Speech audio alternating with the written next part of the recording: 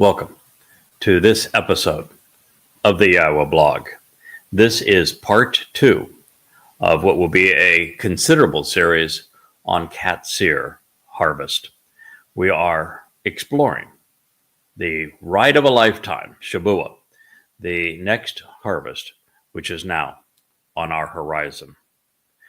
To pick up where we left off in our first program, we return to the Torah, where we read, "Meanwhile, into perpetuity and forevermore, the evidence is provided within the enduring and restoring testimony to contemplate the consequence of wavering and delaying so as to be left behind on the seventh Shabat." You can explain the written accounting of 50 days. Then, with the renewing and restoring gift of the sacrificial offering, you can approach and present yourself to YAHOWAH. Insights here that garner attention are the realization that this ride of a lifetime is into eternity. It is a restoring witness to the eternal testimony that takes us into forever.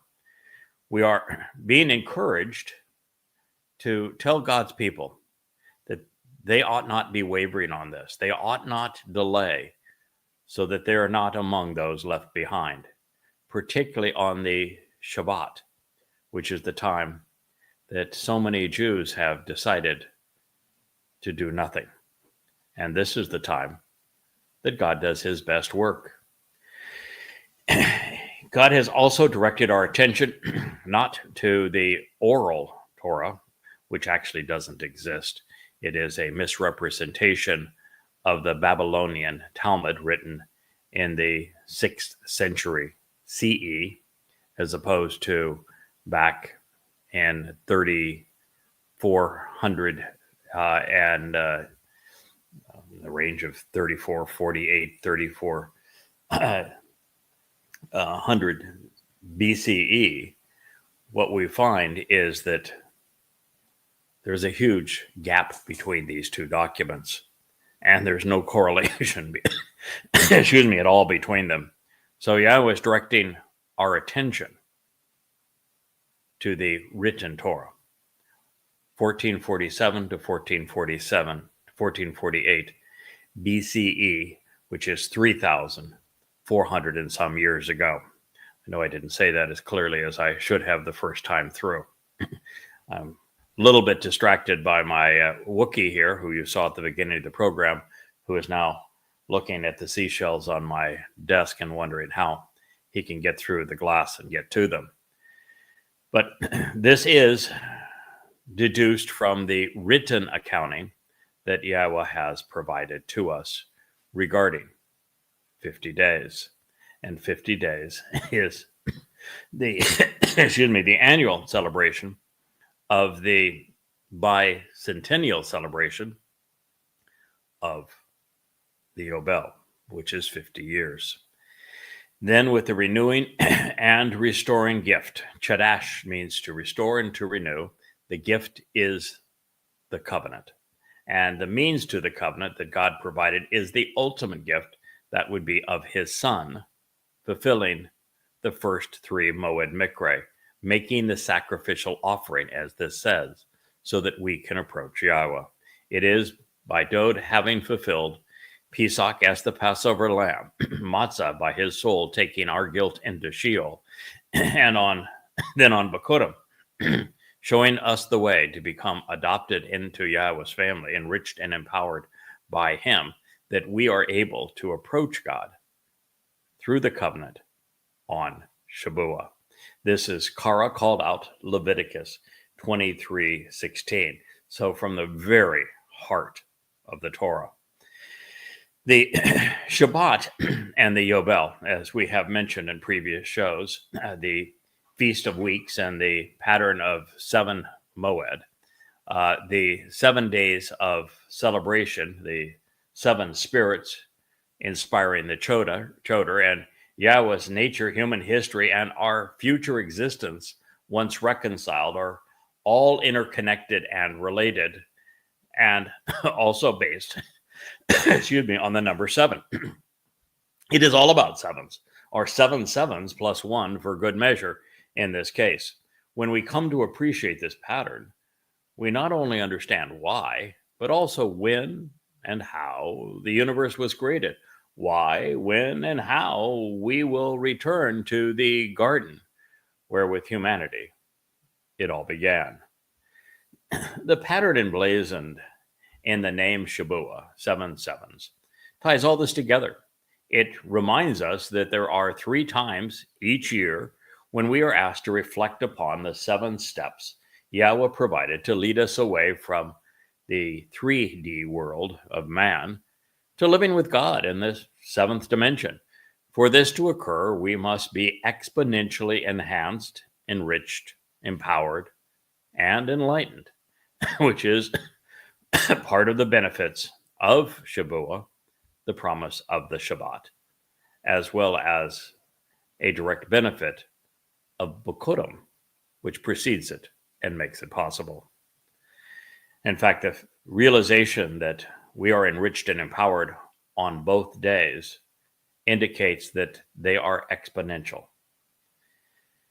As often is the case, the unique nature of the Hebrew grammar opens floodgates of understanding for us. Written in the perfect conjugation and the consecutive form, Karab, there is a finite and specific period of time when we can approach Yahweh.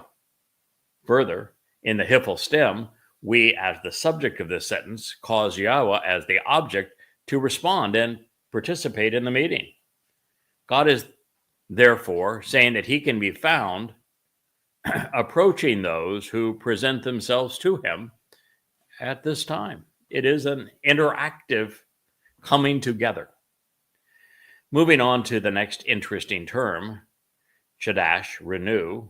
Those who have read an introduction to God, observations are coming home, even the books of 5 volumes in Twistianity, know that this term appears and is wrongly translated, if you will, in English Bibles to convey the idea of a new covenant. But that's not Chadash's primary meaning. It means to renew, to restore, to reaffirm. And in this case, in Yirmiyah 31, when it is presented, it is very clear that Yahweh is speaking exactly of that, of reaffirming his covenant relationship.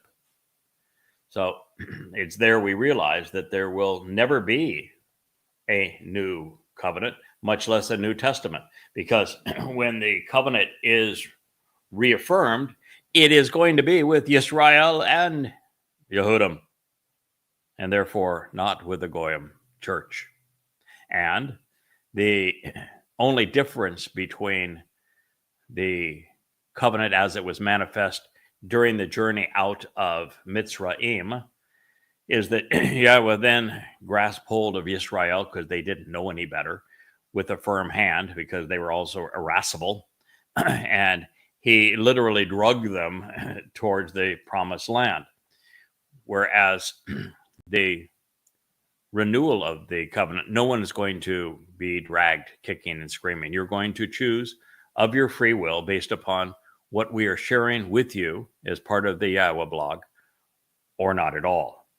And there is yet one other difference between the covenant as it has always existed, even from the time of Abraham and through the time that Dode sacrifices enabled it, is that the Torah has always been a document that we could choose to read, to study, to apply to our lives, or in the case of many, to reject, which is what Christians and Muslims do. And you can also choose to twist it to serve a religious agenda, which is what occurs in Judaism.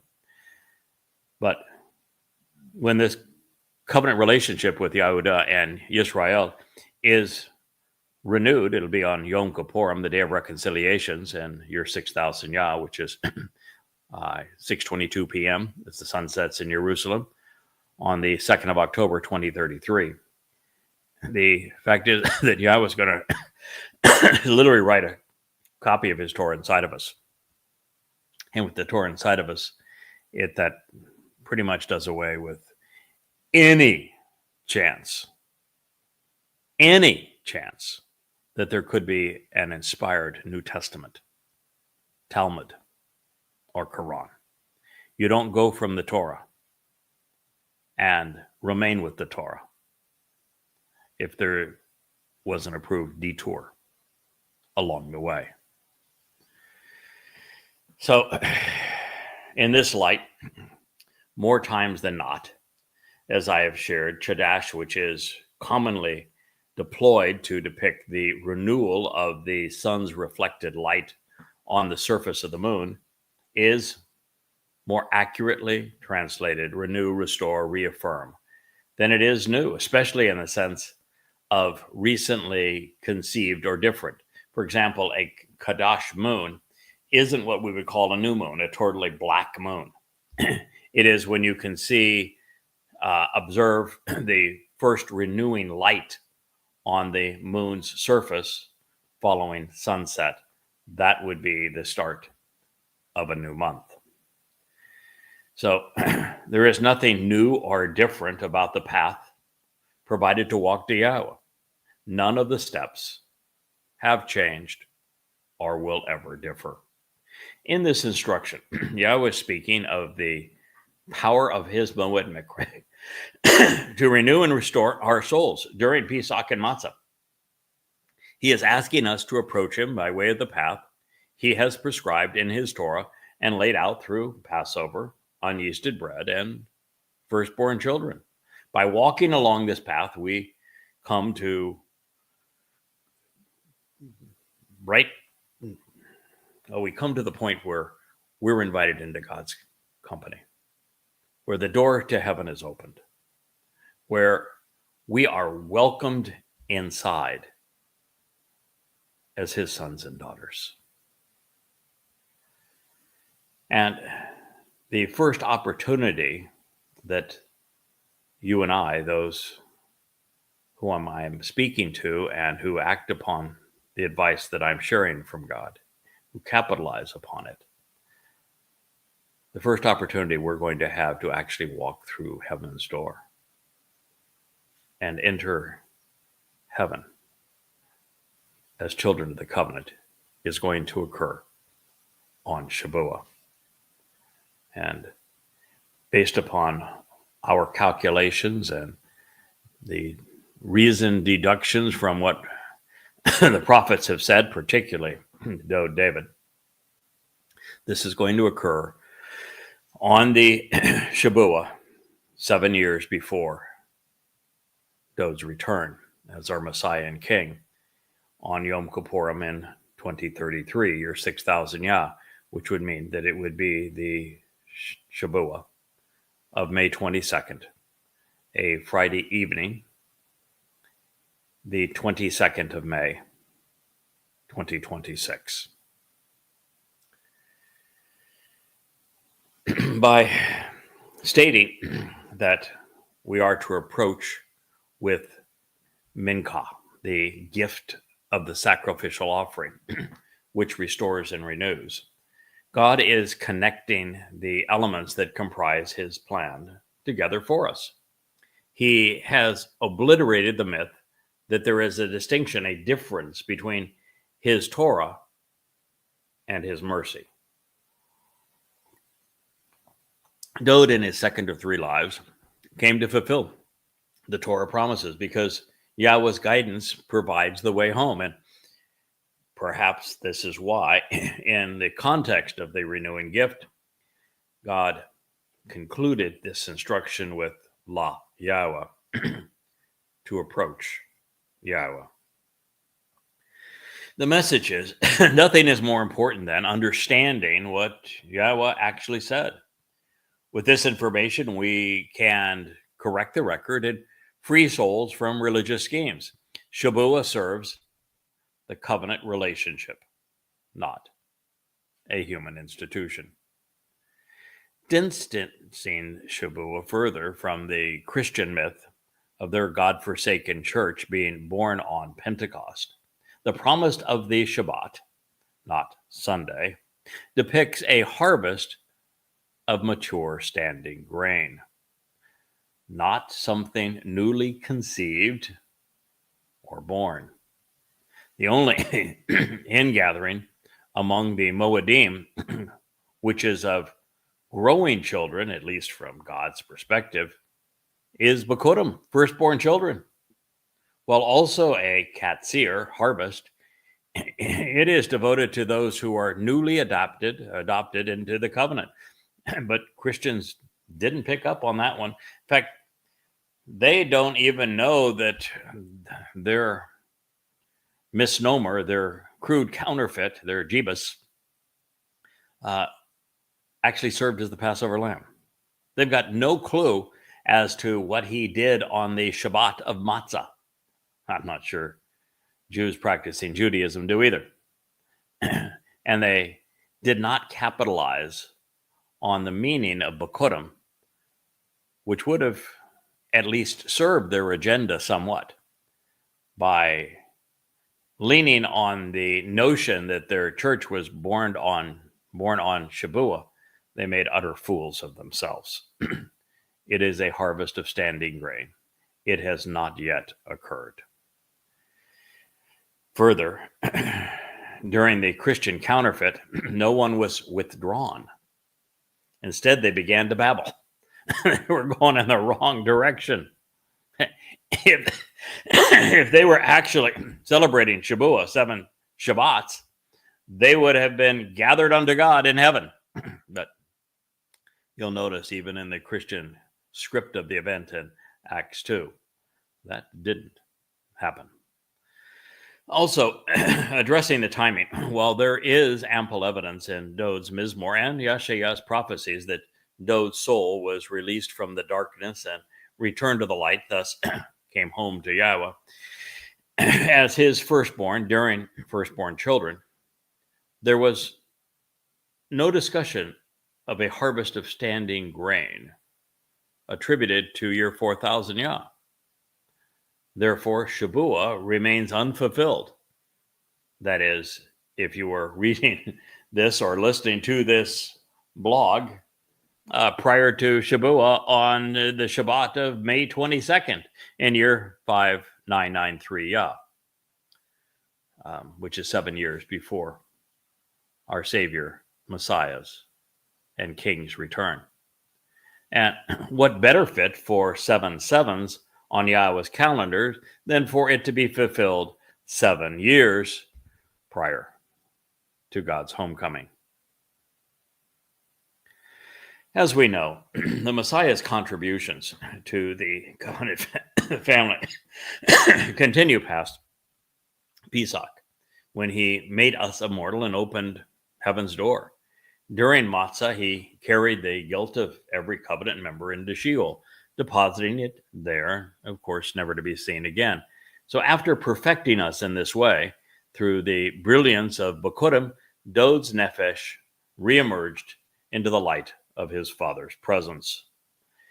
As a result, the beneficiaries of the covenant were not only made eternal and vindicated, but once adopted into God's family, we are enriched, empowered, enlightened, and enabled, ready to serve and enjoy Shamayim. Now, this is what makes Shavuot possible. By capitalizing upon what Dod has done, we're equipped, standing, ready to enter heaven. So this is the story of that promise, although it will not be the last chance, at least for Yehudim, because that will occur 7 years later on Towrah. And while there will be additional souls gathered in Jerusalem on Kippurim to celebrate Yahweh's homecoming with our Messiah, the remnant will likely be relatively few. And they are not actually withdrawn, although they benefit mightily from what occurs as the sun rises on the Shabat of Towrah in that year. According to this plan of reconciliation, which is advanced by Yahweh and his Zeroah in harmony with the Ruach, it is long overdue that his people reject and rebuke the image of a dead god on a stick and the six-pointed Israeli star, and consider what our Father and his Son achieved for the covenant family. This is also true with the rabbinic replacement of Purim. It requires one to place their faith in the book of Esther, even though it flunks in every possible way Yahweh's Devarim 18 test of authenticity. It nonetheless is a rabbinic favorite, just like Ezekiel, which is probably the most flagrant to fail Yahweh's test of prophetic authenticity.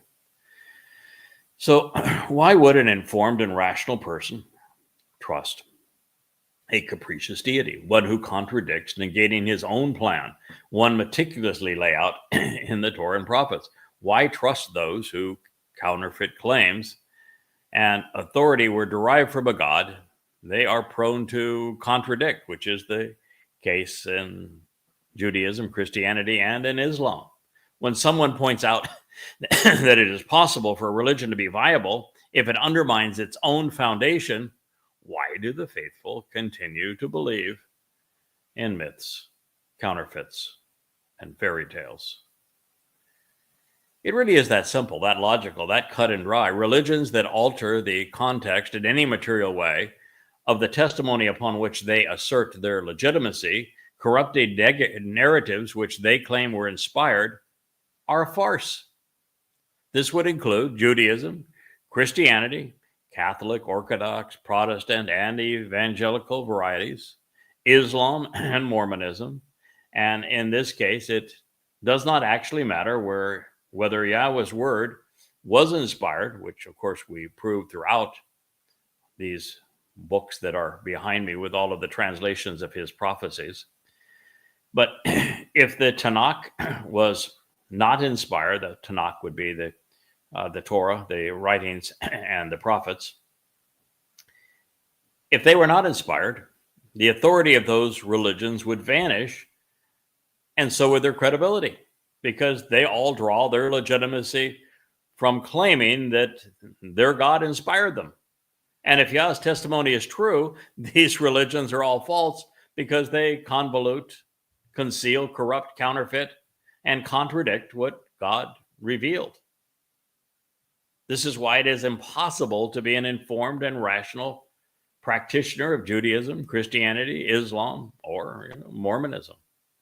No amount of rationalization, justification, excuses, explanations, opinions, faith, or feelings changes this reality, nor does tradition, longevity, popularity, or political correctness. It's simply a matter of logic.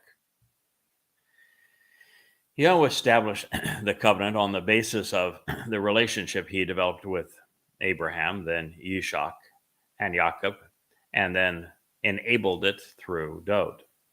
The covenant is presented and explained in the Torah, which also details how the relationship was lived out in the lives of the Israelites, especially as they were freed from Mitzrayim. And sadly, it is mostly a tale of wayward children copying a horrible attitude.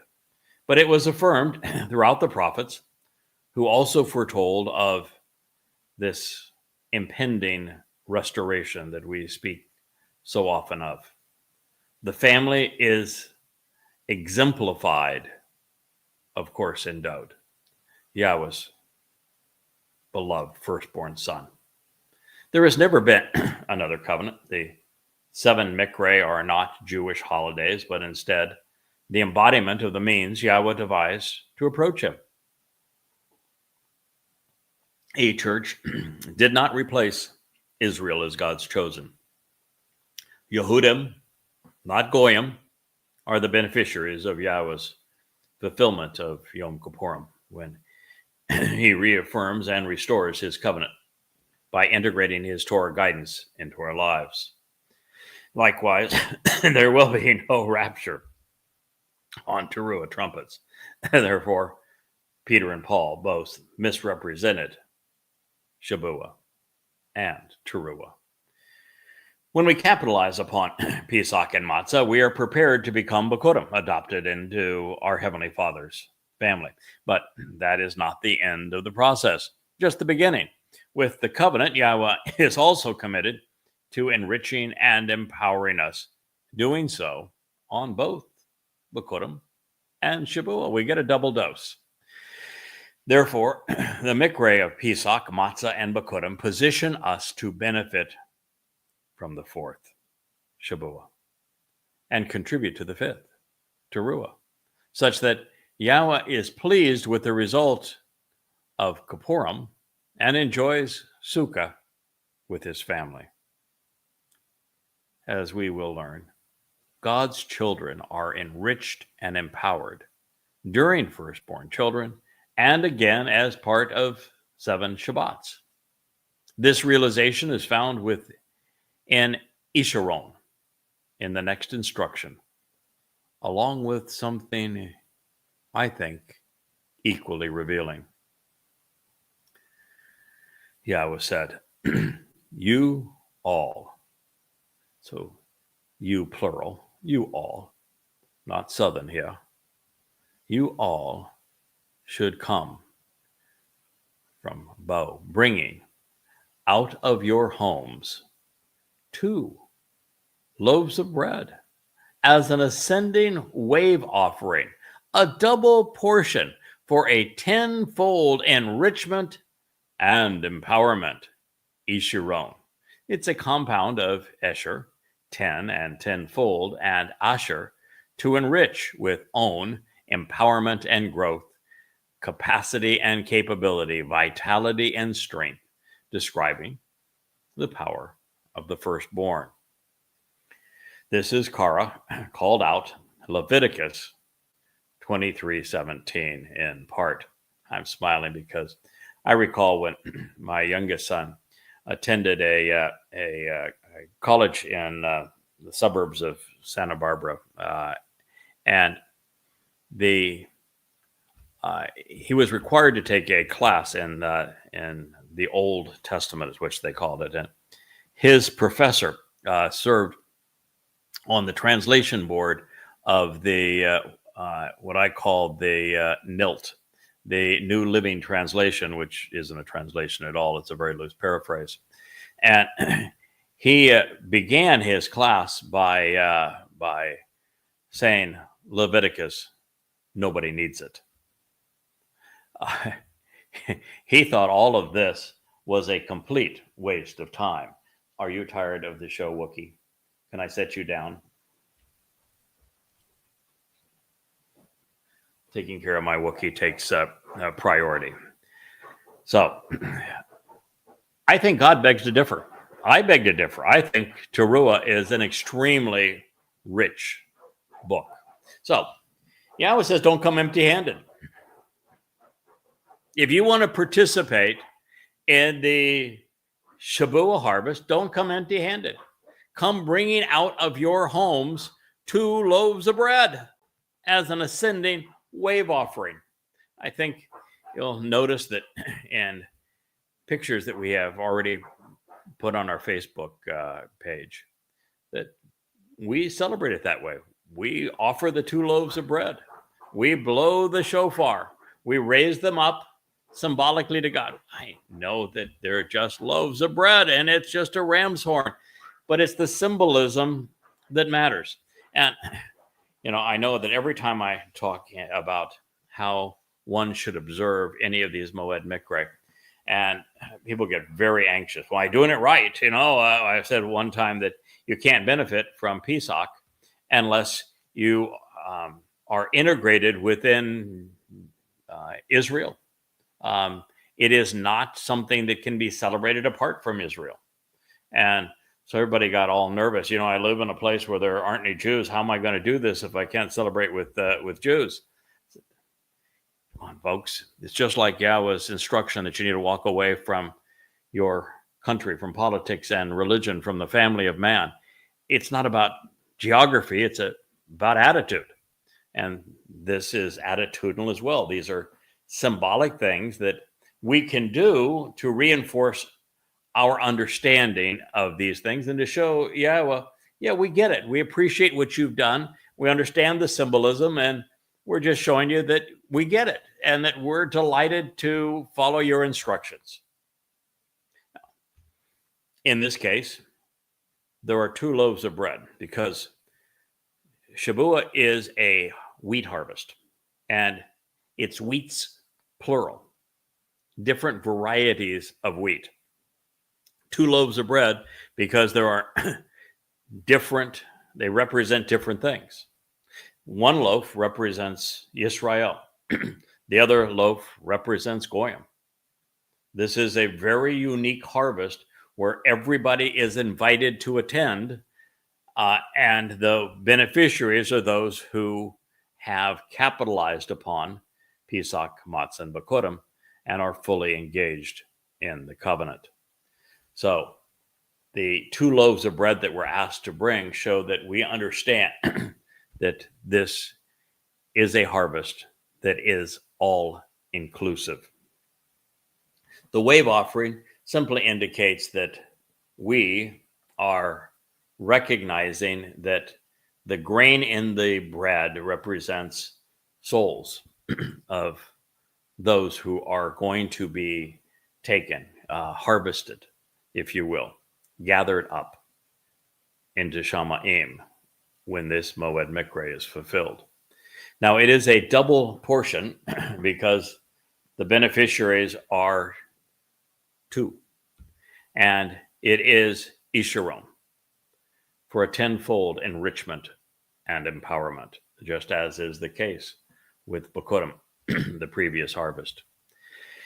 Since the Shabuah attendees will be comprised of people from all races, regardless of gender, age, or station in life, the 2 loaves being raised represent, as I've shared, Goyim and Yehudim. Therefore, in addition to bringing bread for themselves, Yehudim are instructed to offer a second loaf for Torah observant Goyim. This is the reason we're told that the standing grain being harvested on this day will include multiple varieties of wheat. Additionally, these loaves are lechem. And what that means is that they're yeasted.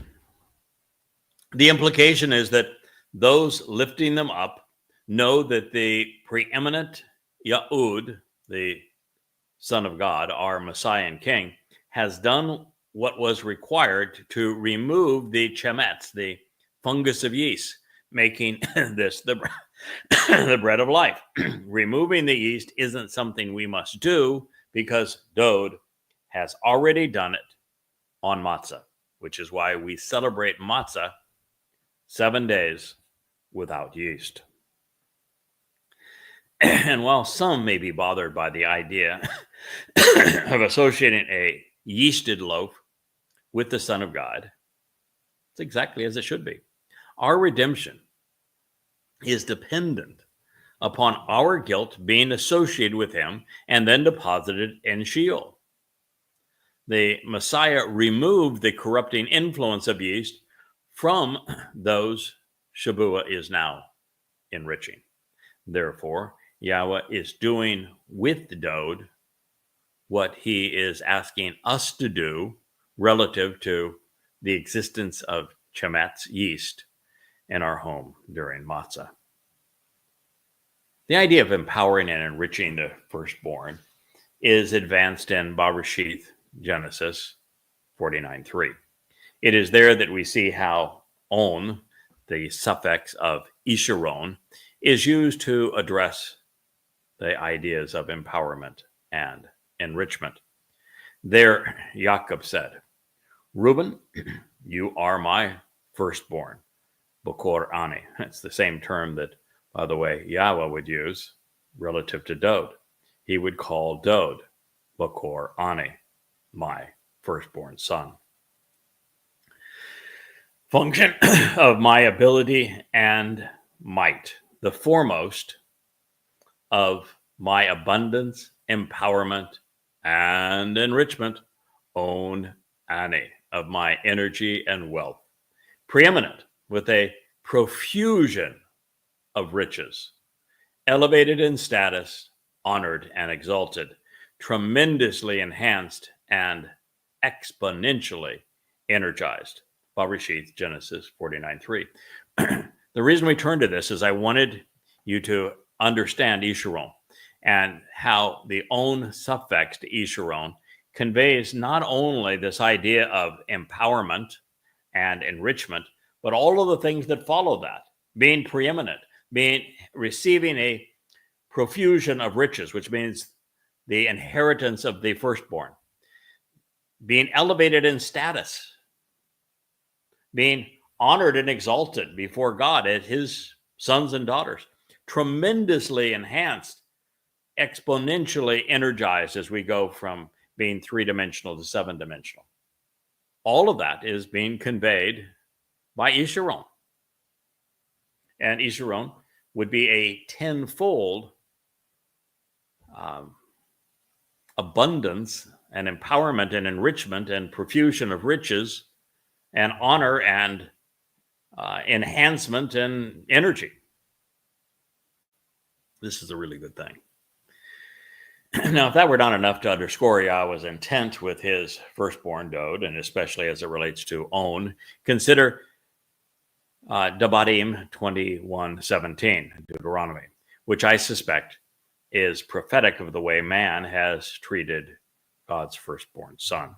It reads, "Indeed, therefore, the firstborn son of the one who has been discriminated against, he will be recognized by giving him a double portion of every benefit the relationship has to offer.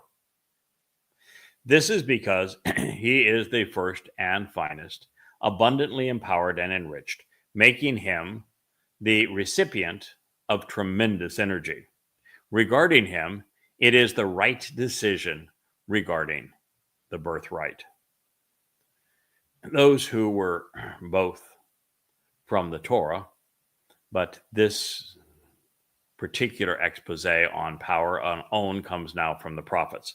And in this past statement, where we have read that the firstborn son, who was improperly discriminated against, that he is going to be recognized as the Nakar.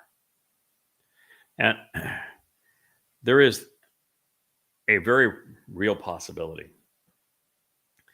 that Yahweh's style, which is to showcase dual fulfillments in a single prophecy, that this not only applies to the Bakor, the firstborn son of Yahweh, who has been discriminated against and who has often been disliked and disparaged, even shunned. It clearly also applies and is stated here to his Nakar, which is the observant foreigner, who has also been disliked and disparaged and at times shunned.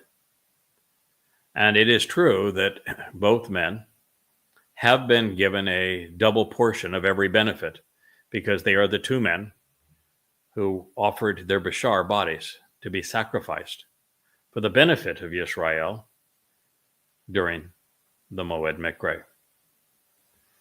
And that would mean that from God's perspective, both men are among the finest and the first to be abundantly empowered and enriched in this way.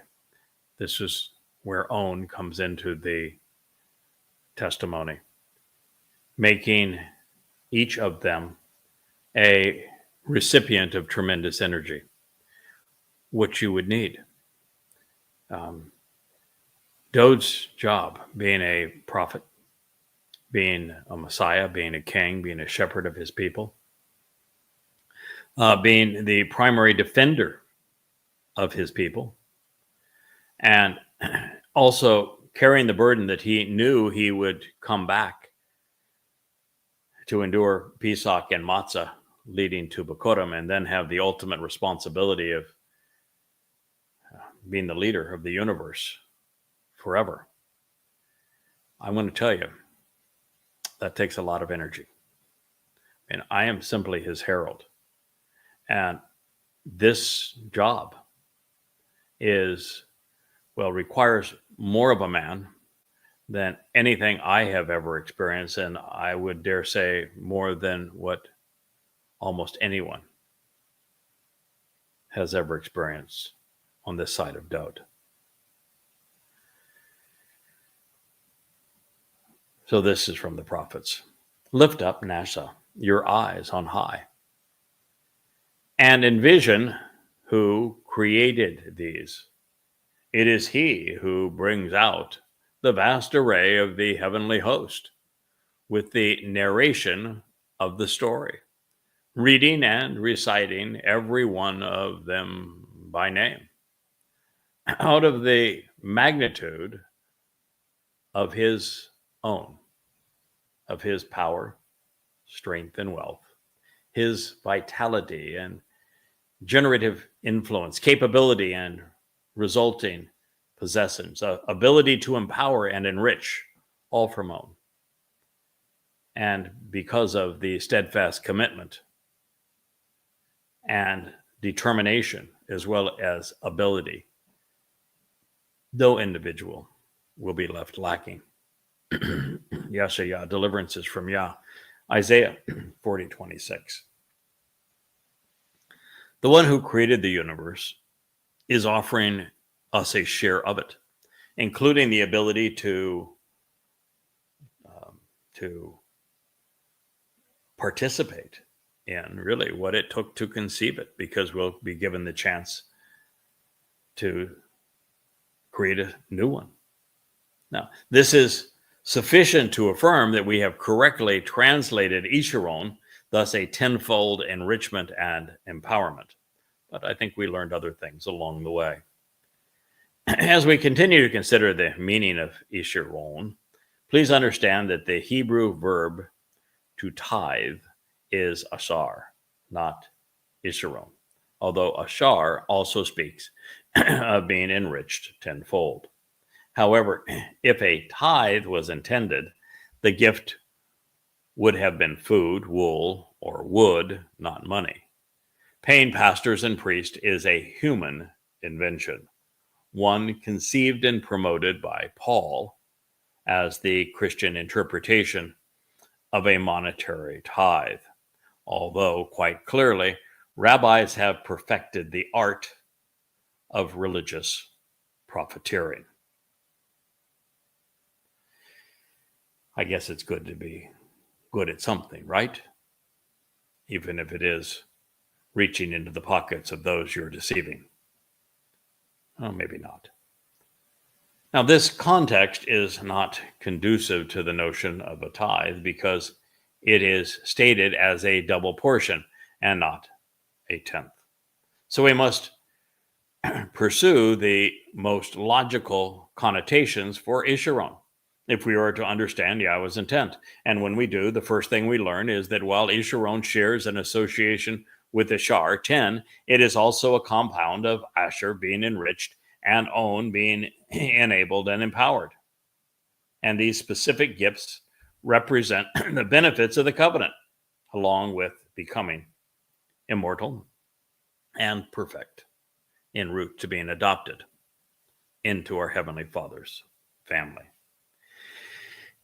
Even more telling is the purpose of 7 Shabbats, to Isharon, enlighten and empower the children adopted into the firstborn family, that we find that from this perspective, supplying food, shelter, and warmth is typical of the Isharon because it is focused on providing the very things that enrich a family and help it grow. Well, most would not equate enrich with enlighten. It is appropriate because Yahweh enables and enlightens his children. When he returns to renew the covenant, the first thing he is committed to doing is to write a copy of his Torah guidance inside of those who have become part of this restored remnant, thereby enriching them by enlightening them. The single most valuable thing in the universe is the Torah's guidance. It introduces us to God. It reveals how to form a relationship with him, and it provides the means to our adoption into his family, to being enriched and empowered, to being immortal, to being perfected. The Torah is therefore the most enlightening document ever revealed. Yah even calls his Torah light, the epitome of enlightenment, especially when we realize that Torah means teaching.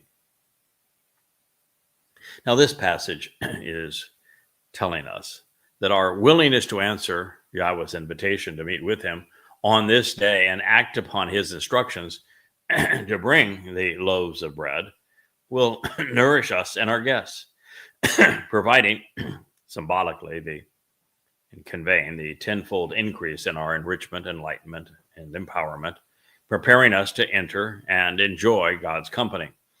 Since we are dealing with the result, of Bakota, the foremost contributor to the second of three harvests was Yahweh's Bakor, his firstborn son. Now, under the auspices of full disclosure, there are two ways to convey on in Hebrew. It can be scribed with an aleph as on, which would be aleph wah, consistent with the version we have been considering, which if you're looking it up in Strong's Concordance would be H202.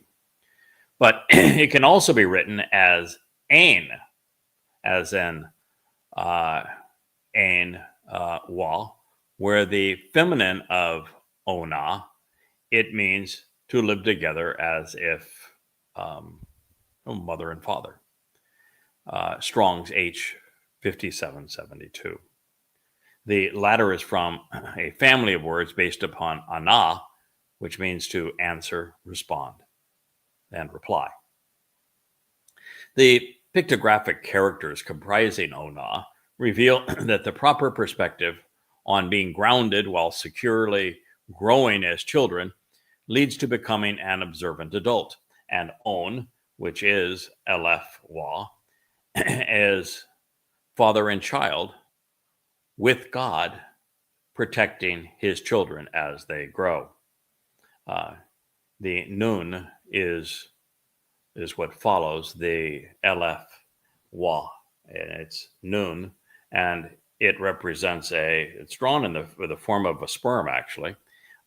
It is said to depict a seed that takes root and grow, but it is quite clearly representing a child, while the aleph represents Ab, our father.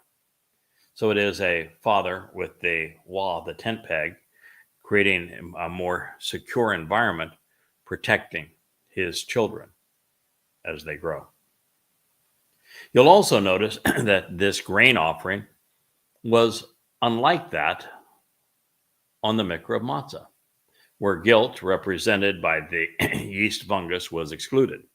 This time, the flour was to be corrupted because the Feast of Seven Shabbats is a come as you are party that is not designed to remove anything from us, including our guilt, but to remove us from everything. During Shabuah, those who have already availed themselves of Passover's promise of eternal life, unyeasted bread's promise of perfection, and Firstborn children's promise of adoption, enrichment, and empowerment as part of God's family are Ishiron, enriched, enlightened, and empowered, yet again, preparing us to live alongside our Creator.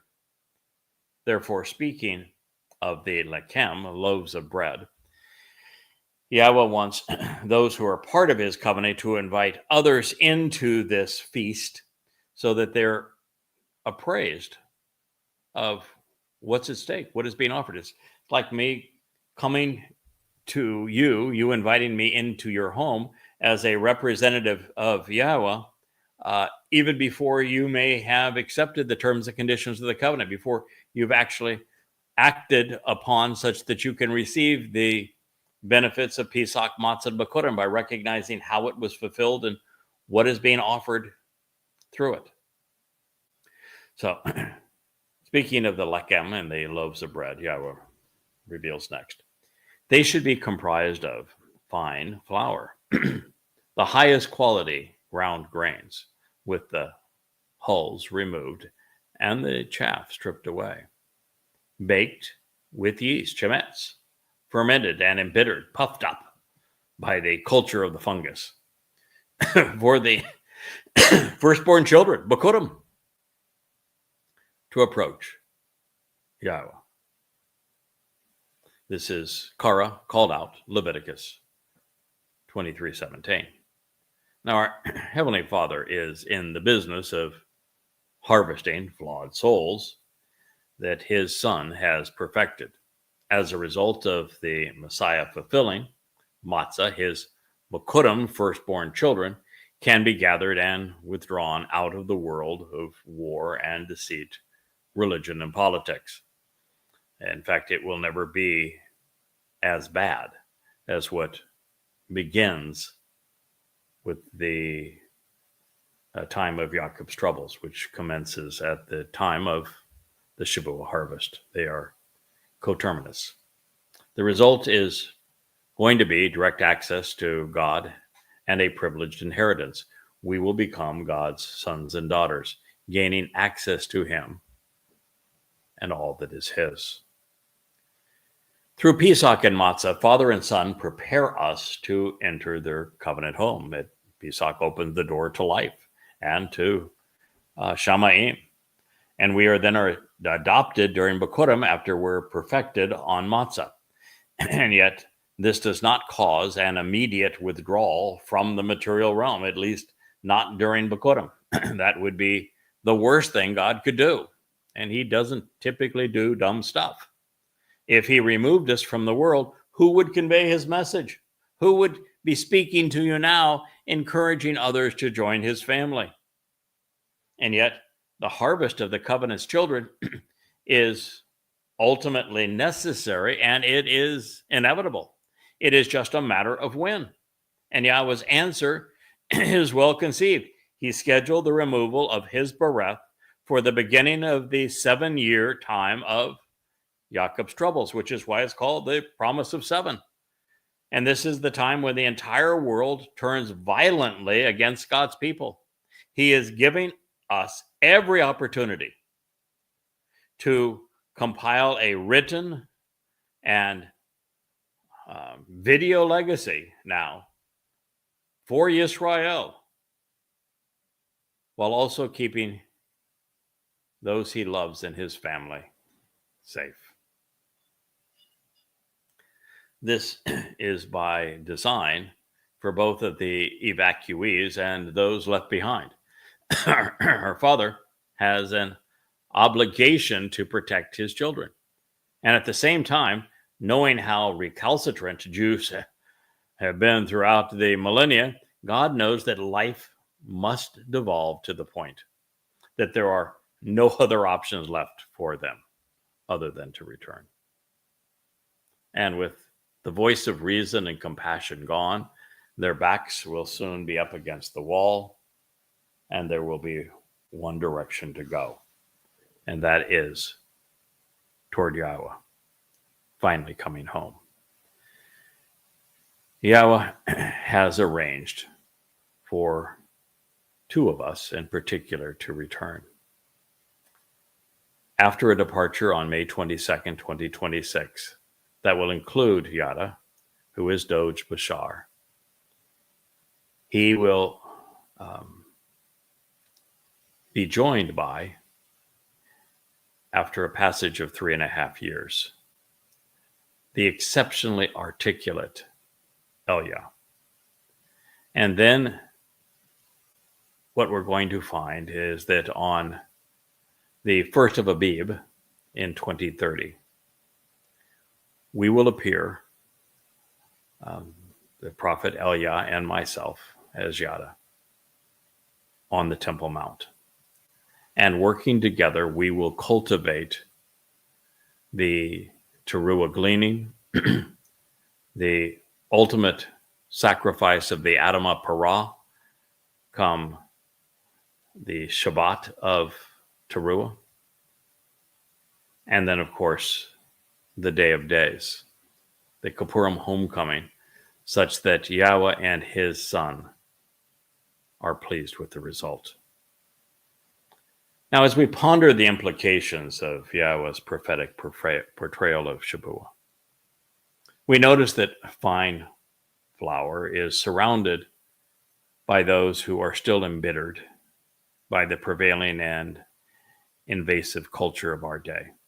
This is particularly telling because it means that by asking the covenant's children to walk away from the chaos of Babel, from religion, conspiracy, and politics, God is not telling us to live as hermit crabs on isolated sandbars. So I suppose islands in the middle of the Caribbean Sea is still permissible.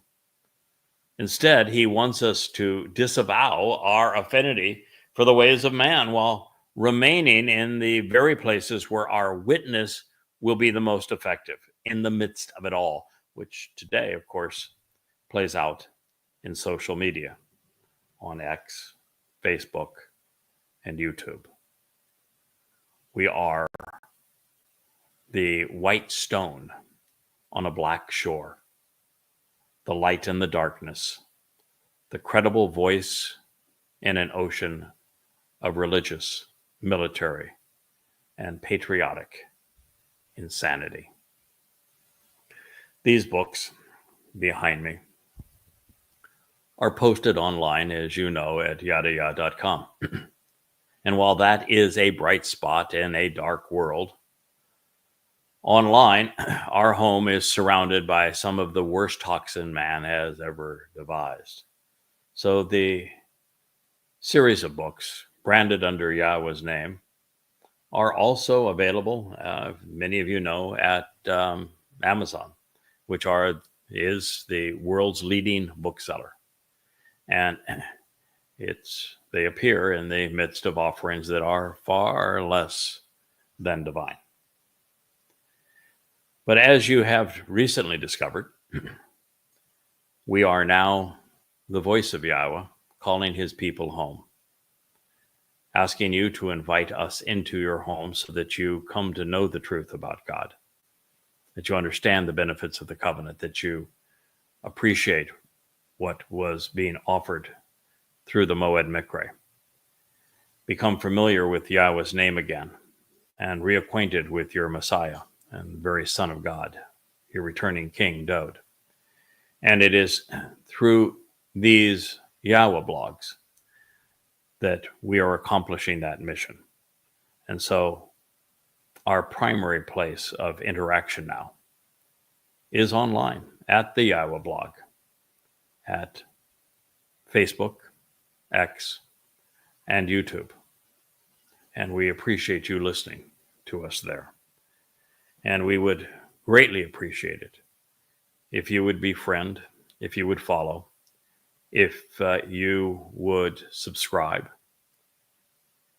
if you would like, and if you would share, because all of these sites are driven by those actions on your behalf.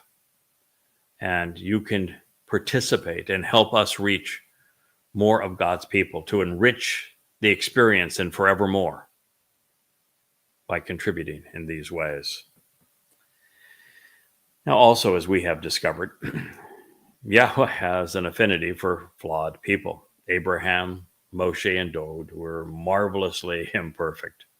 Genuine as they come, each serves as a model for us, not always by their actions or feelings, but instead by how Yah was able to work with them and through them.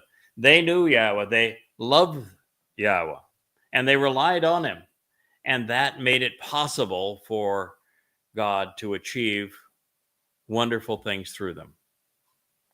Now, since 7/7 is a come as you are party, there is the expectation that many of those who have been invited to listen to God's message will be corrupted by either a legacy of Mitzrayim, which is the crucibles of religious and political oppression, or by Babel, which is the integration of religion and politics to confound and deceive. Fortunately, the fungus they bring can be expunged by the sacrifice of a perfect lamb. Therefore, you, you should approach coming closer, taking responsibility above and beyond the loaves of bread, with 7, conveying the promise of being perfected, becoming unblemished and innocent, the children by way of the lambs each year. Called out, Kara, Leviticus 23:18, also in part. So we're being invited to approach. And the speaker is Yahweh. We can come closer to him. And we do so by taking responsibility, going above and beyond these loaves of bread. And that is through the recognition that this day, Shabuah, is all about 7 and conveying the promise of 7. This is just 7 years before Yahweh returns. It is the realization that there are 7 Moed Mikre. The realization that even now speaking to you is the man who has been imbued with the 7 spirits of Yahweh. All of this is important because Yahweh wants to invite us to live with him in the 7th dimension. And all of this is embodied in the promise that he made to us through Abraham and reaffirmed through Moshe and then again Dod. It is how we become perfected and unblemished children, all by way of what the Lamb has done for us. These were communal, not individual instructions. No person or family is capable of consuming 7 lambs, and that's what this talks about. In addition to the bull and ram soon to be included in the menu. Therefore, there has not been a community in which this could be accomplished as instructed for the past 3,000 years. So I have translated God's words as symbolically as possible by sharing their intended meaning.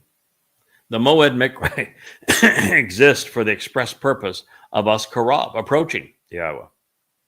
For this to occur, we must know what God is offering in addition to what he expects in return, so we can capitalize and benefit. And in this situation, where many approach simultaneously, Yahweh refers to it as a harvest. With these 2 loaves of bread, contaminated with the culture of yeast, with lots of Mitzrayim and Babel, we are being afforded the opportunity to lakam, which means to attack the problem, fighting to resolve it with Sheba, the promise of 7. Yahweh has Sheba offered a solemn oath to use what his son has accomplished on matzah to tamim, perfect us, rendering us blameless and innocent, doing so through his Bene, son, on behalf of his children. This process began with Pesach and the Pesach Kebesh, the lamb, with Passover each Shana, year, serving as the means to renewal. Individually and as a covenant family, we can capitalize on this promise to approach Yahweh. Now, in addition to emphasizing the importance of the number itself, 7 unblemished lambs represent the 7 Moed Mikre, the 7 steps in Yahweh's plan of perfection and reconciliation. It is the formula by which flawed souls are offered a relationship with God based upon his promises. 7 is the word that serves as the very title that Yahweh selected for this mikre.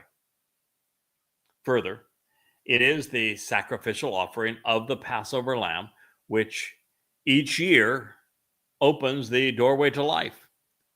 This, combined with the removal of Mitzrayim, religious and political corruption during unyeasted bread, prepares us to approach God and to be adopted as his Bene children, because we are now seen as having become Tamim, perfected. The covenant's children appear unblemished, innocent, and unimpaired because our guilt has been removed. And come Shavuot, we're standing as standing grain on our own 2 feet. Now, as we dive further into this statement, we are reacquainted with the verb karab. It encourages us to approach God and to come closer. It describes the intent of this and every other moed. And yet, in an effort to support existing translations and religious rituals, some Hebrew dictionaries suggest, without regard for the word's etymology, that karab means to present an offering.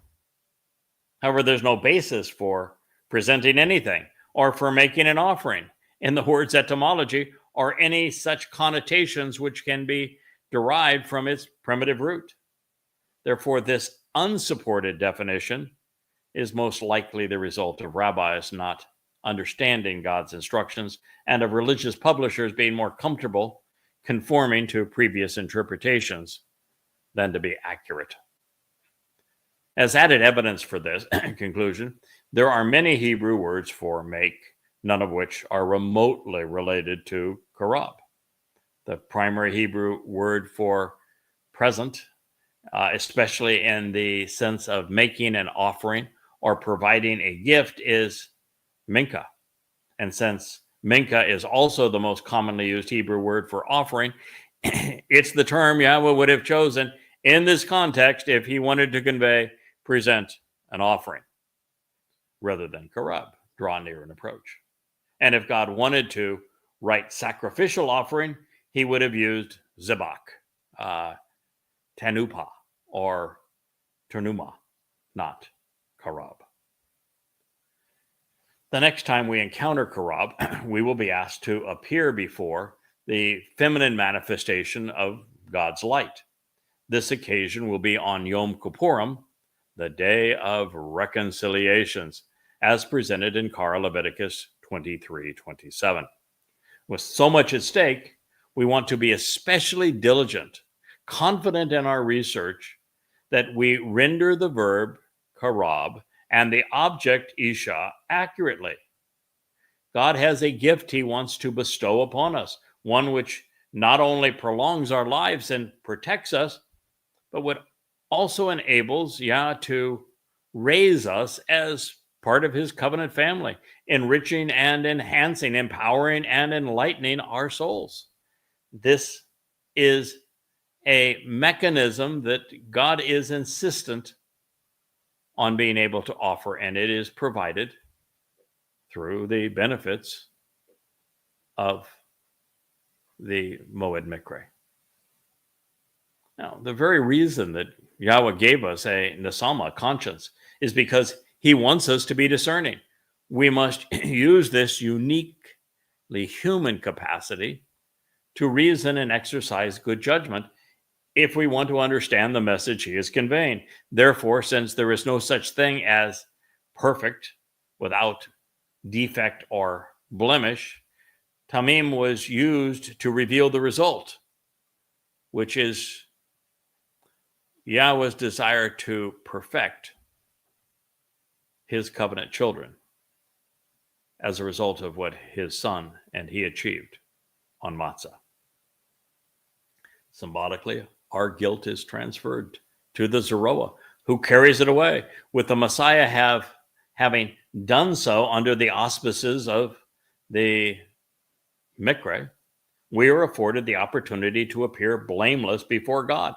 Our salvation, therefore, is a fait accompli because, well, we're perfect. And if we have no guilt associated with us, there's no reason to be judged or to endure a trial. We just pass right through. Such is the truth behind Pesach and Matzah and how they enable Bikurim and Shavua. This is what Yahweh is offering, allowing us to decide whether or not we individually want to accept his generosity. Now, as a derivative of tamam conveys how this occurred. The Lamb of God fulfilled the mission and did so perfectly. Dode met all of the requirements needed to finish the job, accomplishing all that was necessary to make us whole and complete forevermore.